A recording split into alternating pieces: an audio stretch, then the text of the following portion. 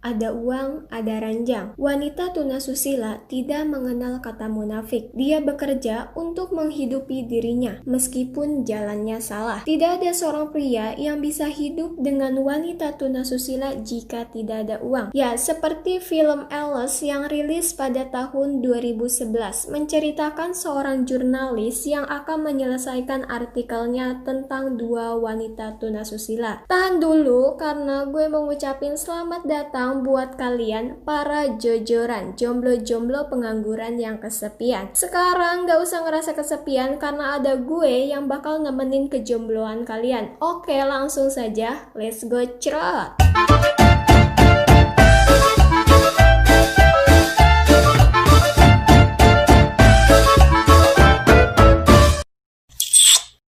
Di awal film diperlihatkan seorang wanita yang bernama Anne. Ia bekerja sebagai penulis artikel yang super sibuk. Ditambah lagi harus mengurus suami dan anaknya. Ia memiliki 2 orang anak. Anak pertamanya bernama Florence. Anak yang ini agak tengik kepada ibu dan ayahnya. Dan anak bungsunya bernama Stephen. Selalu sibuk dengan gamenya dan itu membuat Anne geram. Ketika suaminya akan berangkat kerja, ia terlihat begitu sibuk dengan pekerjaannya. Sampai-sampai istrinya ini kurang kasih sayang. Setelah pekerjaan rumah selesai, Anne mulai melanjutkan pekerjaannya. Ia bertemu seorang wanita yang bernama Lola. Namun, nama itu hanya nama samaran. Lola adalah orang yang akan ia wawancarai untuk tugas artikelnya. Mereka mengobrol di sebuah taman dan katanya si Lola ini memiliki 2 HP. HP satunya untuk dia dan satunya lagi untuk kliennya. Klien di sini kalian paham kan maksudnya? Oke, lanjut. Lola pun mendapatkan telepon dari seseorang dan sepertinya ia mendapatkan job. C'est les tarifs d'escorte, hein, vous savez. Au revoir. Vous connaissez pas? Vous le connaissez? Setelah menerima telepon tadi, Lola memberitahu Anne kalau ia akan melayani para pria. Anne hanya tertawa dan katanya si Lola tidak takut melakukan hal itu. Wah, hebat ya, tapi jangan ditiru ya, please. Oke, lanjut. Lola mengatakan kalau para pria itu membayarnya per jam. Anne kembali menanyakan kepada Lola saat ia melihat keindahan di salah satu perut pria yang bersamanya. Katanya saat itu Lola berada di atasnya. Jangan halu ya. Lola melihat pria itu begitu manusiawi. Manusiawi di sini mungkin saat ngecrot si Lola ini tidak diperlakukan kasar. Awalnya si Lola memang merasa takut untuk melakukan itu. Namun katanya mereka kadang hanya menceritakan tentang kehidupan, pekerjaan dan istri mereka. Singkat cerita, Anne mendatangi sebuah apartemen untuk menemui seseorang. Ia akan menemui seorang narasumbernya untuk melanjutkan artikel yang ia beri nama Alice. Awalnya, wanita itu menolak, namun karena Anne menawarkan bayaran untuknya, akhirnya Anne bisa menemuinya. Wanita ini juga merupakan salah satu wanita tunasusila ya teman-teman. Anne pun langsung melontarkan pertanyaannya. Katanya, apakah ia melakukan itu karena uang? Namun, ia malah mengabaikan pertanyaan Anne dan beralasan akan mengambil minuman untuk Anne. Tetapi Anne menolak karena ia tidak pernah merokok dan minum-minum begituan. Dan akhirnya, wanita itu memberikan gambaran ketika ia menjadi seorang wanita tunasusila. Jadi, ceritanya seperti ini. Saat itu, ia didatangi seorang pria. Ia ditawarkan ke Paris untuk kelanjutan studinya. Wanita yang bernama Alija ini menerima tawaran itu dan langsung berangkat. Namun, ia menemui seorang admin, katanya ia baru saja kehilangan kopernya dan tidak bisa mendapatkan kamar. Alija mencoba meminta pertolongannya, namun karena tidak ada identitas, ia hanya bisa menemui kantor urusan mahasiswa asing. Karena tidak ada yang bisa dilakukan lagi, Alija pun melakukan apa yang dikatakannya. Singkat cerita, Alija ditolong oleh seorang pria dan bahkan ia diberikan tumpangan.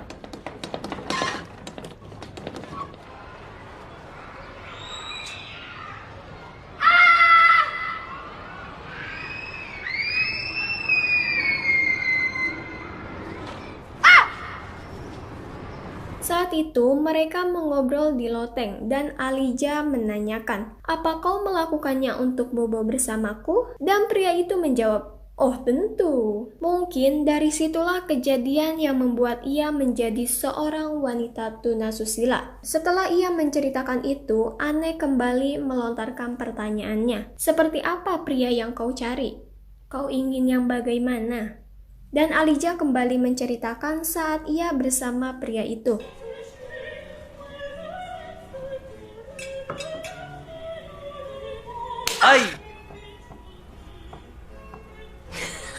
Ternyata Alija merasa beruntung karena dengan itu ia bisa mendapatkan apartemen yang besar. Nah, berarti benar ya guys, mereka melakukan itu karena uang untuk menghidupi mereka. Katanya, para pria bisa melakukan itu karena mereka tidak pernah ngecrot bersama istrinya. Terlihat Anne hanya diam karena ia dan suaminya sudah lama tidak ngecrot, namun tetap berusaha tenang tentunya. Akhirnya, setelah curcol, Anne dan Alija menghabiskan waktu penatnya. Ya, mereka makan kue tiaw bareng sambil tertawa terbahak-bahak. Lihat saja, Anne begitu bunga saat itu. Akhirnya, mereka terlihat begitu akrab dan lihat saja sampai-sampai mereka menari-nari bersama.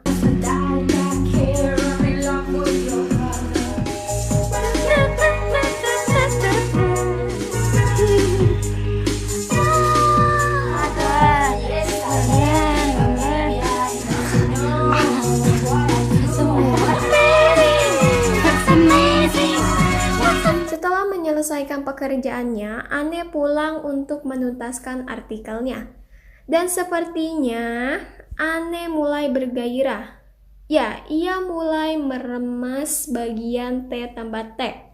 Malah ada gangguan karena ia mendapat telepon dari bosnya. Anne menceritakan tentang artikelnya dan katanya Anne akan menyelesaikan itu besok pagi. Anne pun istirahat sejenak, namun saat membuka laptopnya, ia melihat sebuah video dan ternyata itu adalah sebuah video pengecrotan.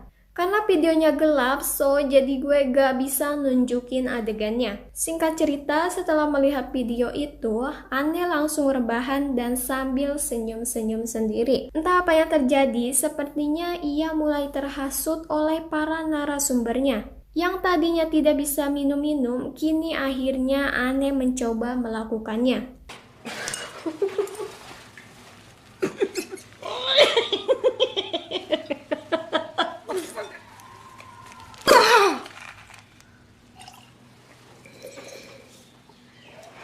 Saat itu Lola bertemu dengan pacarnya. Sepertinya pacarnya ini ingin sekali ngecrot, namun Lola menghentikannya dan ia sedang tidak siap. Akhirnya mereka pun diem-dieman dan pacarnya ini mulai curiga kalau si Lola ini sudah bertemu dengan pria lain. Ya, mungkin ia mengira begitu karena tidak seperti biasanya Lola menolak saat diajak ngecrot. Namun Lola mengelak pertanyaan konyol dari pacarnya itu. Tapi sepertinya Lola mulai merasa bersalah karena terus menyembunyikan kebohongannya. Scene berpindah, Lola kembali mendapatkan jobs. Saat selesai ngecrot, kliennya itu malah memotret Lola. Dari situ Lola merasa tidak senang dan merebut handphone kliennya itu. Lola membawanya ke toilet agar bisa menghapus jejaknya. Namun pria itu marah kepada Lola. Sampai-sampai ia menggedor-gedor pintu toilet itu. Karena tak ingin membuat kegaduhan, Lola pun melemparkan handphonenya melalui bawah pintu itu. Kemudian, setelah mendapatkan handphonenya, pria itu langsung meninggalkan Lola. Karena terlalu kerja keras dengan artikelnya, Anne pun mulai merasakan efek kram pada tangannya. Dan sepertinya Anne mulai kelelahan dengan pekerjaannya itu. Tiba-tiba suara pintu terdengar dan Anne mengira itu adalah Floren, anaknya. Anne pun langsung menemui Floren ke kamarnya. Ia memarahi Floren karena selalu bolos kuliah. Seperti yang gue bilang, anak ini agak tengik. Lihat saja, ia malah membalikan perkataan ibunya. Katanya, ibunya mending menyelesaikan persoalannya ia sendiri. Tu vois pas tous les gens qui se battent dehors? Et toi, tu fous rien. Ouais, les légumes, ça pousse dans les casseroles, et tout le bassingue, Pardon, t'as fumé? Petit malin. Sore hari, Anne sibuk menyiapkan makan malam untuk suami dan teman-temannya.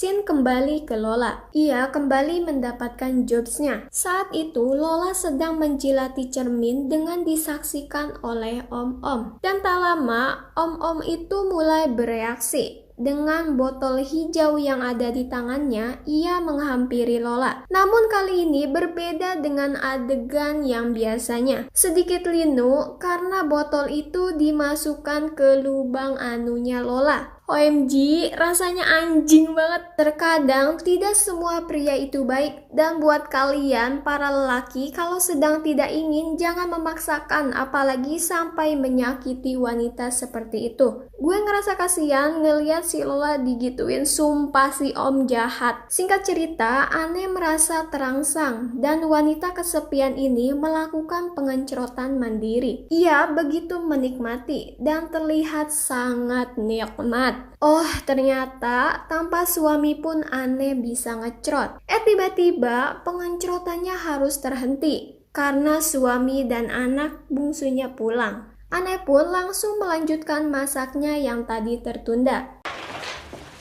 Bon, écoute, on arrête, ok? Ouais. Et alors, il a dit quoi? Qui? Florent? Je vais lui parler. J'ai oublié le fromage. Toute la journée, il a pas marché ce frigidaire. Saat itu, ibunya Alija melihat sebuah barang yang mencurigakan, dan barang itu milik Alija. Esok paginya, saat Alija akan berangkat kuliah, ibunya mengatakan, "Aku tak sebodoh yang kau kira." Ya, ibunya meminta Alija menjelaskan apa yang sudah ia lakukan. Mulai dari apartemen dan pakaian yang ia pakai itu bukan dari uang ibunya. Ibunya tahu kalau Alija mendapatkan semua itu hasil dari pengencrotan.